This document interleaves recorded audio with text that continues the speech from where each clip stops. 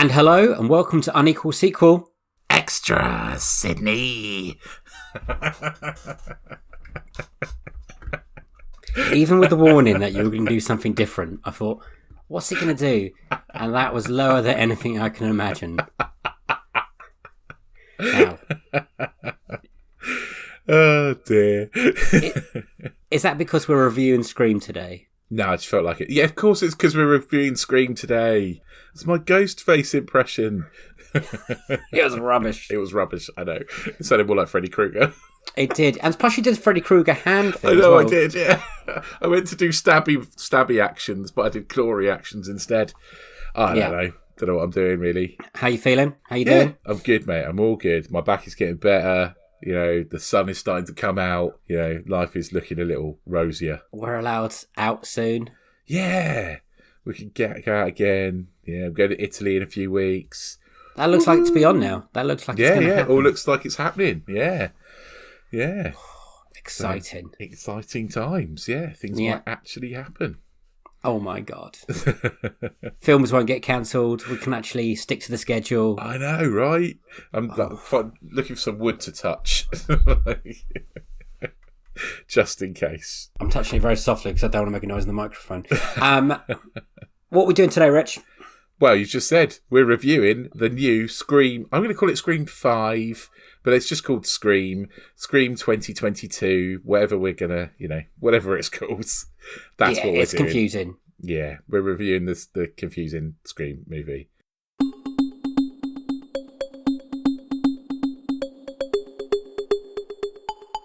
What was the plot? Oh, it's basically the plot of the first one. It's basically the plot of all the Scream movies, right? Yeah, I think so. But if people haven't seen it for a while, they need a refresher. So, a scary killer in a Halloween ghost mask is killing teenagers in the small town of Westboro in exactly the same way. Is it Westboro or Woodboro? It's Westboro. Woodboro. Is it Woodboro? Woodboro. We're already failing. Anyway, it's a town. No. Anyway. It's Woodsboro. It's Woodsboro. Yeah. In that American way, we'd probably call it Woodsboro.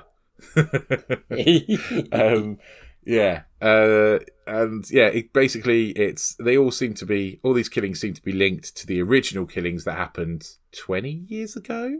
25 years ago. The old characters get dragged back in. All Scream movies are very self-referential. They have always been very postmodern links to comments on the horror genre, and this is no different. In fact, some may say it takes that to an extreme. Would the people that say that, would that be you? Yeah, that'd be me. Okay. So, diving into it, yes or no, did you enjoy it? Do you know what? I did quite enjoy it. I quite enjoyed it, but at the same time found it quite annoying. Okay. Let's start with the annoying bits, and then we'll get on to the good bits. We might need to do a spoiler warning, because I don't think I can do the annoying bits without spoiling it. Okay, so you want this to be a spoiler It's got to be a spoiler episode, because we have to talk about how accurate or not we were in our predictions from the trailer that we did way back when. And actually, because I thought, when I watched it, I was like, oh, we need to talk about what we said was going to happen in the trailer. I listened back to our trailer episode on my way home from watching it last night from the cinema. Okay, so if you haven't seen Scream 5, Scream 22, stop listening now. That goes to you, my brother, Andrew, who complained the other day that I ruined a film for him. And then come back when we watched it, okay? Yeah, you've been warned. Spoilers now. Go, Rich. Okay, so what I found annoying about it was so self-referential. Like, it takes it to a whole new level. And I know that Scream movies have always been kind of self-referential, but this was literally there were literally bits in this movie where someone is sitting on the sofa, watching a movie of someone sitting on the sofa, watching a movie of someone sitting on a sofa, where the killer is coming up behind them. It's like one of those things in the fairground where you've got infinite amounts of mirrors and you can see millions of yourselves going off from infinity in the distance. And it was just, I know they meant to do it, and I know it's not, but it's just, it was just so stupid. Some of it was just really stupid, and very convoluted and very kind of shoehorned together. Did you think it was predictable? Well, funnily enough, I think it's very predictable, being as we predicted it from the trailer. I was watching it and I was like, oh my God, we predicted this. We were almost there. We were almost spot on with what we said would happen. Yeah. And who was who? So, who was what? Spoilers now. We said we predicted one of the old characters would die, and one of the old characters does die. That was a solid prediction. We predicted that there would be two killers, one of whom would be one of the girls, the young girls, which they were, and the other would be Jack Quaid, which it was. And this is all from the trailer, people. And we predicted that it would be pretty much a beat-for-beat remake of the original, which I'm not sure we could have been closer if we'd tried. Yeah. I mean, we've been close. We've done a few of these trailer specials now. And we've done a Spider-Man one, and we've done a Ghostbusters one. And we're not too far away on any of them. No, but this one felt very like we were very close. Very close. And I don't know if that's a good thing or a bad thing. Yeah. Because they didn't try... I mean, they did do a little bit new thing with it. Like, at the beginning, the girl didn't die. Yes, that's true. That's new. I was like, okay, that's good. And I'm definitely going to steal the word requel. And I haven't used the word legacy characters enough while talking about sequels. So that's coming into the dictionary for Dave. So I enjoyed that. Rich, I had an absolute blast with it. I enjoyed it. I had fun, but I ultimately felt like it was probably a bit pointless. But yeah, I mean, it doesn't take you anywhere new because it basically reworks the first one. I found the killer's motivations weak at best and just borderline completely not understandable. There were some surprises in more people died than I thought they would. And you know, people died that I didn't necessarily think were going to die. I think that was some of that was clever casting. Yeah, definitely. Casting the boy out of 13 Reasons Why, or whatever it's called. And then killing him off, And the mother from Scream 3 or 4, whatever it is, who was the... And that you're right, that's clever casting, like putting those in, but giving this... I felt it was more gruesome than the other ones.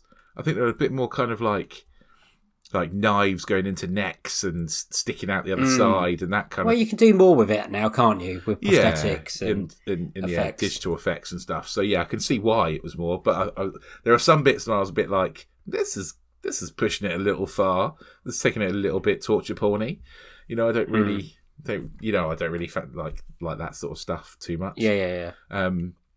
So a few bits of it, and I was like, because Scream was never really that kind of crazy gruesome. I don't think it's obviously gruesome because people get stabbed a lot, but it never felt like, it always felt slightly cartoony. I think rather than like grim. And you felt they went maybe too far, or maybe a little. I feel like at the ending, the girl killer being set on fire, and then coming back like the witch in Robin Hood, Prince of Thieves. I felt that was a little far. Well, they're always meant to come back one more time. I know, but the fire, more than anything, it was like hilarious. The convoluted way that she somehow managed to light a gas ring, which, as anyone who's had a gas hob before knows, it's not easy to light. You can't just flick a switch and those things come on. Tell me about it. It takes 25 minutes to get one of those lit. Somehow that managed to happen. And then somehow, I don't know, was she somehow doused in petrol? She's definitely set light very quickly. That's true. Did you think it was less suspenseful than some of the earlier ones? I'm not thinking 3 or 4 here because I can't really remember them. Recently, we've watched Scream 2. And there's a moment in Scream 2 that really sticks out in my head. Is when they're in the car and it's really tense and Sydney has to get out of the car while an unconscious Ghostface was in front and she has to go across him or them, whoever it was. I didn't feel there was any of those moments high octane, literally no real tension. I don't think, and I didn't feel there were any really real jump scares. I didn't really. One got me, and that's when the sheriff was running up to the stairs to protect her son, and he just came around the corner and. Okay. I sort of thought that was going to happen. I kind of gone, I know what's happening here. It's not going to be him. I did feel it was very predictable. They teased it so much. Like, he did all the things where he, like, opened the fridge and then closed the fridge and Ghostface wasn't there. And like, all these kind of things where, like, Ghostface in the past would have popped up. And like, you thought he's going to open the front door and he just shuts the front door. You know, I think those bits were quite funny. Because normally those would have been all the bits that Ghostface would have popped up and you'd have got the jump scare. But yeah, I don't know. It lacked a little in that. But having said all those things, I actually quite enjoyed it. I quite enjoyed seeing the characters again. I still love Neve Campbell. You know, I think she's amazing. And Sydney is still amazing. And I think David Arquette is the best performance I've ever seen from him. David Arquette's great. Like, where did that come from? Yeah, where did that come from? Like, I've not seen David Arquette be great in anything. Not like that. Like you said on the trailer special, was like he seems to have grown in, but definitely into that look. Yeah, definitely. I thought he was fantastic. Definitely got more handsome with age, I would say. And the weight of the character he seemed to carry. He seemed to portray that perfectly in how he's living his life now, and what's going on with Gale. I thought he was the MVP of that movie. Yeah, I was really gutted that he died. Actually, I thought Gale was going to die. Bugger. Yeah, but there we don't go. think I would have been upset if Gale died, but then you have to raise the stakes at some point. Yeah. So, do you think they're going to do another one? Because there was talk of it being a new trilogy, wasn't there? Well, this is where Scream's different to like Friday the 13th or Freddy. Like, there's always going to be a new killer. And they were making references through, because there's up to Stab 8 now into the fake movies. Do I would want to watch another Scream movie? This one was good because it was 25 years later and you had, the legacy cast. Yeah. With new cast. And I thought the new cast were great. But would I want it to have another one? I don't know. No. Again, it depends what they do with it. The problem I have with Ghostface is that I'm still thinking scary movie. Yes. Yeah, absolutely. And I think it's still a massive problem for me. Yeah. This movie started really well for me because I literally laughed out loud at the Jackass trailer, which was on before it. So I was already in a good mood. I literally in the cinema laughing out loud at the Jackass trailer, which I can't wait to watch. So I'd already started well. And then I liked the beginning. I liked that kind of like the referential kind of, game they're playing and stuff. And the Ghostface is back and her not really, who answers the landline? That kind of, all that kind of stuff. I liked that. I like to talk about when they're talking about old movies and new horror films, and that was very... Yeah. I was like, I've had conversations with other people. I mean, they haven't ended up stabbing anyone. No. And I liked the kind of conversations about, like you're saying, like Stab 8, and people are like, oh my God, it's just gone too far. How many times have we said that? And I think, it really lost the plot at number 5. I think that was that was a good line. It's like, because obviously this is number 5, and this is, I quite like that. I like that, some of the self-referential stuff, but a little bit like I said about The Matrix, it's some of it's a little bit too self-aware. Too on the nose? Yeah, a little bit too on the nose. Too meta? Yes, yeah, exactly. Yeah, some of it is just a little bit too much. But again, having said that, I enjoyed it. I had fun. It was a fun movie to watch. Just under 2 hours, perfect. Yeah, wasn't too long, wasn't too worthy. Knew what it was, knew what they were making. Didn't try to make it be anything that it's not. If you go into this expecting a Scream movie, you'll get a Scream movie. You're not going to go into this and get something else. Yeah, it's very much a Scream movie. Paid good reverence to the legacy characters, and to the original stories and stuff. I think that was quite nice. The new cast are really good. I mean, they're incredibly stupid. Yeah. Well, the characters in Scream are always stupid. They're saying out the rules out loud to each other, and they do exactly not what the rules are. Like, don't go on about yourself. Don't say I'll be just back. All this stuff's recycled from Randy's speech from the new one. I thought it was clever how they shoehorned some of those characters in. Do you think they underused Sydney a little bit? Yeah, they definitely. I mean, I feel they definitely underused it. Because you're a Nev Campbell or Neve Campbell superstar fan, aren't you? So well, I mean, it was nice seeing her again because last time I watched a film with her and it was Skyscraper. I've not seen that. Is that bad? With The Rock. Okay. She's much better in this.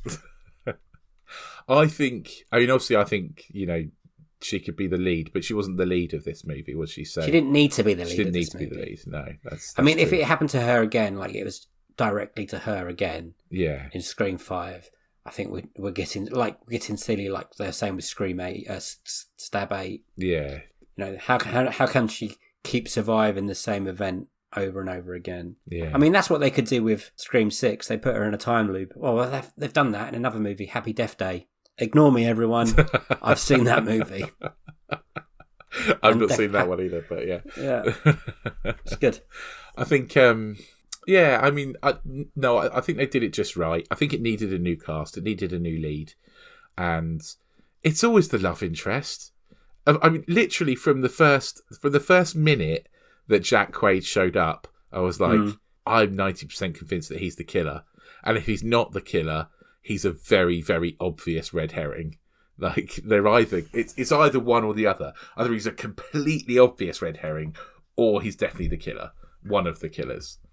And yeah, I'm so glad we predicted. Because we know as viewers now, there's always two killers. So I was and always they even said that in the movie. There's always two killers, and you've got to shoot them in the head, otherwise they come in the back. movie. David Arquette says, "How about your boyfriend? How well do you know about him?" In like the first half an hour. Yeah. Dewey calls it. It's definitely him. It's definitely him. Dewey knows it, doesn't it? It's always the love interest, always. I was like, and it's always one of the group of friends. Yes, it is. Yeah. And it's exactly what it was. One of the group of friends and the love interest, who I still have no idea how they formed such a close bond. Like, just because they're fans of the Stab movies? On the internet, I reckon. How do you think they represented fandom? Because there's definitely having pops at certain corners of the internet and stuff like that. I think they certainly approached toxic fandom, but fandom doesn't have to be fanatical. Well, I know it starts with the same few letters, but it's heightened, isn't it, Rich? It's not everyone's going to go out and stab people. I wrote my dissertation on fandom. I wrote my dissertation on violence in film. I mean, it was awful. Ah. And representation stuff and cinema being blamed and stuff like that. Yeah, I find fandom interesting because I do think that there is a point where fandom goes too far. Yes, but I also think what at its core what fandom is about finding a community of people that think in the same way as you, because there's a great line in High Fidelity, isn't there? It's not what you are like, it's what you do like. It's not. I'm paraphrasing that because I can't remember what it is. It's what you like, not what you are like. I think is their phrase, which I think is half true, because I think a lot of times people that like the same things as you can often think the same way as you, and that's why you can build these communities, and that's why I think the power of fandom is. However, you do get this weird kind of echo chamber where fans just listen to other fans, and then it just hypes up and hypes up and ramps up and ramps up, and that's when you get this toxic fandom stuff. Which obviously this is what Scream 5-ish is commented on. But yeah, I've not experienced anything quite that bad. we keep it at an arm's length. That's why, Rich. We're like, you stay over there. Yeah. Thank you. I'm not getting involved in any of that. I've never known of anyone getting murdery because the sequel to their favourite movie is rubbish. Like, that's basically the premise of these killers, right? Is that they've gone on a killing spree because Stab 8 is not very good. It seems to be the motivation to extreme that the guy had in Scream 2. In Scream 2, he just wanted to be a famous killer, I think, and blame it on the movies. Yeah. And then in this one, it's they've leveled that up a bit. Sorry, I keep ignoring Scream 3 and 4, but me and Rich can't remember it and we didn't watch it. To be fair, I made a conscious decision before this one. I was like, should I watch the last two that I haven't watched in a while? I was like, no, because sometimes I watch a previous film and then when it's good, I think, I can't wait to see that next film. And then I go into the cinema, I think, oh, that wasn't as good as the last film. So at the moment, I think I like to leave it and just look at the film as itself. And like I said, I hadn't absolute blast with Scream. I was thinking, in a way, Scream has some of the problems that The Matrix has. But why did I like this and not like The Matrix? 'Cause it's fun. I think that's it, isn't it? It's because The Matrix at no point felt fun. Like, The Matrix at no point felt like enjoyable. It felt like it was trying to teach you something. Whereas Scream just felt like a roller coaster. You know, it felt fun. Well, it didn't. Scream has always had its 2 feet in that world anyway, of like, you know, kind of taking the mick out of itself and referencing itself. That was very new to The Matrix. The whole, especially when they were mentioning Warner Brothers in the game and they were showing clips. Yeah, of that's it. true. Yeah. Scream knows what it is. You go into a Scream movie knowing there's going to be self-referential stuff in there. Well, right? everything that you thought was going to be a Scream movie was in this movie. Yes. I mean, absolutely. fans are going to be happy. If you're a Scream fan, then I'm sure you're going to be delighted with this. Again, if you're not a Scream fan, you might not be happy with your depiction because essentially it's saying Scream fans are the murderers. I don't know if I would read that much into it. I think that, I don't know. I think they were having pops out of someone else, other fandoms, but I think Scream fans are happy. If you're new to the Scream world, I think you'll enjoy this if you haven't seen a Scream movie before. If you don't like the Scream films, I don't think there's not a lot here for you. No. There's nothing new. There's nothing new for if you didn't like the first Scream movie, you won't like this. Yeah, because there's nothing new. But also you don't have to have seen probably 2, 3, or 4 because I haven't seen 3 or 4. I don't think you have to have seen 2. You just have to have seen the first one, really. Yeah, I agree. Maybe that's what they'll do in the next. If they are doing a trilogy, maybe they'll like remake 2 next. Maybe it'll be a requel of Scream 2. Maybe. I think they might leave the legacy characters out if they go forward. I think they probably should. I think it's fine to do it once. I think they've closed the chapter now. Yeah, they've closed the book on like using the end house, which was also the end house of Scream 1. And yeah, that was irony, wasn't it? Yeah, I quite liked that, to be honest. I did think this looks like this house is very similar to that house from before. And they were having a party again. Yeah, because it's the same damn house. Yeah. Rich, was it an unequal sequel for you? I don't know because I haven't seen 4, so I'm not sure. Was it better than 2? Because we've watched that recently. I think it's as good as 2. I put it on a par as 2. Yeah, with 2. Yeah, I think so. So pretty equal, I'd say. And what I would agree with you. I would say it's pretty equal 1 and 2. 3 and 4, I would say I remember nothing about them. And I don't remember really enjoying them in the first place. So unequal. I feel like I have this sneaking suspicion I might actually have seen 3, but it was completely forgettable, and I can't remember it because I sort of have a sneaking suspicion I might have seen it, but anyway, I can't remember it. I definitely haven't seen 4. I'd put it on a level with 2. Lovely. We liked 2. 2 was a great sequel. Yeah. And Fiona Underhill's favourite ever sequel. Go and listen to that episode. Yeah. Nice little plug there. Well done, Dave. Thanks. What would you give it out of 7? Now it's not a perfect movie, so but it's not a bad movie, so it's somewhere around the middle, I would say. Slap bang in the middle, 3.5, I'd say. Really? Okay, Yeah. I'm going to go much higher because I had so much fun with it. Okay. I'm going to go 5. Wow, okay. I think that is. I Yeah. came out with it with a massive smile on my face, and I was like, I definitely locked the doors when I got home and stuff like that. I've just thought what I really liked the very 90s credits at the end. Yeah, they were cool. Did you stay and watch the end credits? I felt like they were I really watched the kind of ones 90s until we got and... when the faces went off, if that makes sense. Yeah, me too. Yeah, that's what I did as I well. also check what I do, because it's quite late when I was watching, I check if there's any end credit scenes beforehand, and it says there isn't. So yeah, I checked that. I enjoy that bit, and then when it goes black, sorry if you worked on Scream, I didn't see, I feel really bad. Normally I do like to sit until the lights come on, but I had to go home. Yeah. But yeah, it's great. I liked those 90s credits. I thought that was quite a nice kind of touch. I liked the fact they brought back the Scream font, which I just realised is if you live in the UK and you're listening to this, which I think most of our listeners do, it's the same font as the video piracy adverts you used to get on all your home videos. It's like, you wouldn't steal a car. I'd like to know which one came first. Yeah, me too. I think probably the video piracy ones, to be honest. I have a sneaking feeling. Obviously, Scream's made in America, and maybe they didn't get those. They probably didn't get those adverts over there, did they? So, would you recommend Scream to the audience? If you're listening to this podcast, you've probably seen it. Yeah, you've probably seen But it. Yeah. pay it forward. Would you recommend it to someone else? I think if you like Scream 1 and 2, then yeah, you'd like this. Oh, great. I would say. I agree with And Rich. if you were around in the 90s and when Scream came out and, remember that effect that it had, then there'll be some nice nostalgia value in there for you as well. Yeah. Like, Cool. Lovely. That wraps it up lovely, Rich. Well done, mate.